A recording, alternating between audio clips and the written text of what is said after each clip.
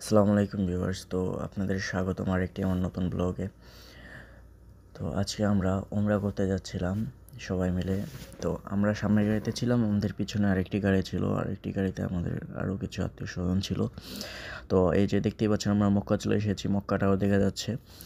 তারপরে মক্কাতে প্রচণ্ড জ্যাম ছিল, আসলে সবসময় জ্যাম থাকে গাড়ির কারণে, অনেক প্রচুর গাড়ি, হয়তো গাড়ি থেকে নেমে আমরা অপেক্ষা করতেছিলাম আমাদের পিছনের গাড়ির মানুষজনের জন্য। তারা আসলেই আমরা সামনের দিকে আগাবো। তো যারা চলে এসেছে আমরা সামনের দিকে আগাচ্ছিলাম। তো প্রচণ্ড ভিড় ছিল, বাইরে থেকে তো দেখা যাচ্ছিল না, ভিতরে গেলে বোঝা যাবে যে কত ভিড় ছিল। সবাই মিলে যাচ্ছি। তো আমি ভিডিওটা কিছু কিছু অংশে কেটে দিয়েছি কারণ অনেক বড় হয়ে যেতে ছিল। তারপরে সামনের দিকে এত পরিমাণ মানুষ ছিল যে আমরা হারিয়ে ফেলতেছিলাম কে কোথায় যাচ্ছিল। আসলে অনেক মানুষ নিয়ে সাথে আসলে এরকমই হয়।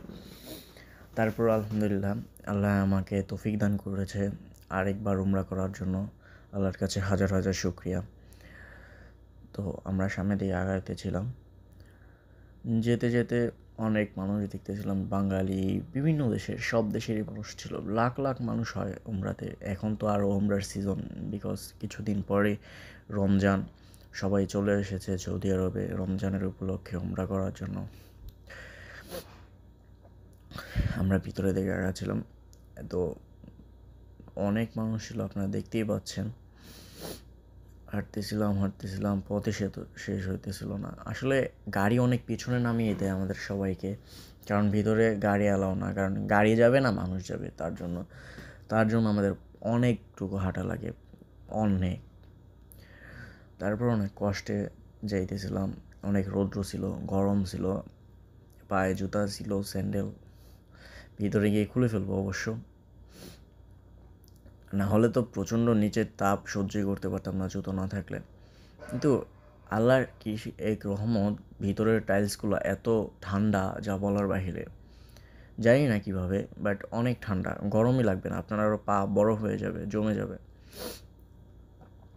আমি তো হারিয়েই ফেলতেছিলাম, এত পরিমাণে মানুষ ছিল কিছু কিছু অংশে। তারপরে ভাবলাম কিছুটা অংশ কেটে দেই, তারপরে নিজের কিছুটা ক্লিপ নিলাম, তারপরে সামনের দিকে দেখাতে লাগলাম ওই যে মানুষ আর মানুষ, কত মানুষ। আবারও কিছুটা অংশ কেটে দিয়েছি কারণ অনেক বড় হয়ে যাবে, কারণ কমসে কম আমার এটা 3-4 ঘন্টা মিলিয়ে ভিডিও বানিয়েছি, এত বড় তো দেখানো সম্ভব না, পসিবলই না। তারপরে সামনের দিকে আগাইতেছিলাম, আমরা ওয়াশরুম খুঁজতেছিলাম কারণ আমরা উঁচু টুজু করে তারপরে ভিতরের দিকে যাব, তাই আমরা ওয়াশরুম খুঁজতেছিলাম। মানুষজনের কারণে ভিডিও ঠিকভাবে করতে পারিনি, অ্যাঙ্গেল হয়ে গেছে, মোবাইল বাঁকা হয়ে গিয়েছে। আসলে আমি সবার ভিডিও করতেছিলাম, ছবি তুলতেছিলাম, আমার তুলে দেওয়ার মতো কেউই ছিল না। তারপরও অনেক কষ্ট করে এই যে আমরা হামামের দিকে যাচ্ছি, ওয়াশরুমের দিকে যাচ্ছি, নিচে লিফট দিয়ে দিয়েছে। ভাবেন কতটা উন্নত রাষ্ট্র, ওয়াশরুমে যাওয়ার জন্য লিফট ইউজ করতে হয়। লিফট সাইডে অনেক হোটেল ছিল, দামি দামি বড় বড়, ওগুলোকে পাশ কাটিয়ে আমরা জাস্ট ভিতরে ঢোকার ট্রাই করতেছিলাম। অনেক মানুষ ছিল, বিভিন্ন জায়গা দিয়ে অফ ছিল। আবারও কিছুটা নিজের ক্লিপ নিয়ে নিলাম, জানি না আল্লাহ কি রাখছে, ভিতরে প্রবেশ করা অনেক কষ্ট হয়ে যাচ্ছিল। এই যে আমরা ভিতরে প্রবেশ করতেছি, অনেক রৌদ্র ছিল তাই অনেক কষ্ট হইতেছিল, কিন্তু তারপরও আল্লাহর ঘরের দিকে যেহেতু যাচ্ছি, সব কষ্টকে দূর করে যেতে হবে। ভিতরে প্রবেশের সময় আমরা এই জায়গায় সবাই স্যান্ডেল খুলে নিচ্ছিলাম, কারণ এই যে হারামের মেইন মসজিদের কাছে আমরা চলে এসেছি।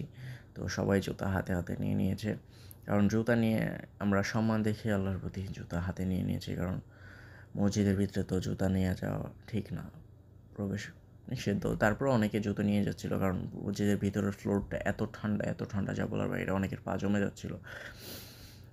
কত সুন্দর একটা মসজিদ দেখুন।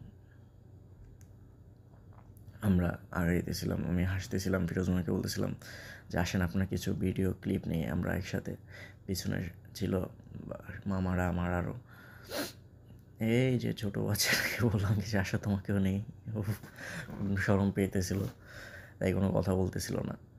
তারপরও আগাইতেছিলাম অনেক কষ্টে সামনের দিকে, কারণ প্রচণ্ড ভিড় ছিল।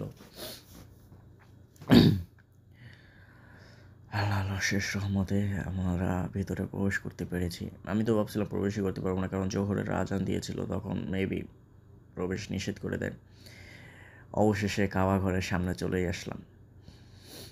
অ্যান্ড ইভেন ওই যে মানুষ কাবা ঘরে আমরা 7 চক্কর দেয়, যে 7 চক্কর দিতেছিলাম, তো ভাবলাম কিছুটা ক্লিপ নিয়ে নিই আপনাদের জন্য। তারপরে চলে এসেছি আমাদের কাবা ঘরের 7 চক্কর দেওয়া শেষ। এখন তো আমরা জাস্ট সাফা মারওয়াতে হাঁটবো, তাই সাফা মারওয়ার দিকে আগাতেই ছিলাম। অনেক মানুষ বসেছিল, কারণ অনেক পা ব্যথা হয়ে যায় এত দূরে হাঁটলে। এই যে আমি সাফা মারওয়াতে হাঁটছিলাম, তারপরে আমি দিয়ে দিলাম পিছনে যে আমার কিছুটা ভিডিও ক্লিপ নিয়ে নেন আপনারা পিছন থেকে। তারপরে সাফা মারার ব্লু লাইটে, গ্রিন লাইটে যে সবাই দৌড়ায়, ওখানে দৌড়ালাম কিছুক্ষণ। মহিলাদের অ্যাকচুয়ালি দৌড়াতে হয় না, ছেলেদেরই মেনলি দৌড়াইতে হয়।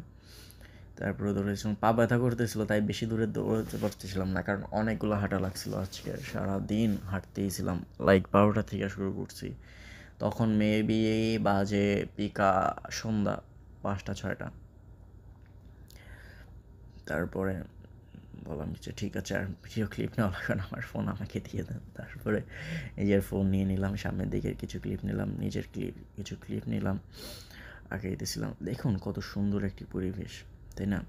সবাইকে মেনটেন করে হাঁটাচলা করছে, কোনো ঝগড়া নাই, কারোর সাথে কথা নাই। বাংলাদেশ হলো তো এই জায়গায় লাইক আই ডোন্ট নো কীরকম বিহেভ করতে একজন আরেকজনের সাথে। নিজের কিছু ক্লিপ নিতে নিতে আগাচ্ছিলাম। তারপরে আমাদের উমরা শেষ, আমরা বাসার দিকে রওনা হয়ে গেলাম। মক্কার থেকে বেরোতেছিলাম, মক্কাকে সালাম দিয়ে দিলাম। তাই আমাদের গাড়ি অ্যাকচুয়ালি একটু দূরে পার্কিং করা, মক্কার ভিতরে পার্কিং নাই, তো আমরা একটু দূরে পার্কিং করে ট্যাক্সি করে চলে আসছি। গাড়ির কাছে যাইতেছিলাম ট্যাক্সি দিয়ে, তো ভাবলাম আর একটু মক্কার ভিডিও ক্লিপ নেই। দেখুন কত সুন্দর মেনটেন করে গাড়িগুলো চালাচ্ছে। সবাইকে ধন্যবাদ ধৈর্য নিয়ে পুরো ব্লগটি দেখার জন্য। সবাইকে আসসালামু আলাইকুম, আবার দেখা হবে অন্য একটি ব্লগে।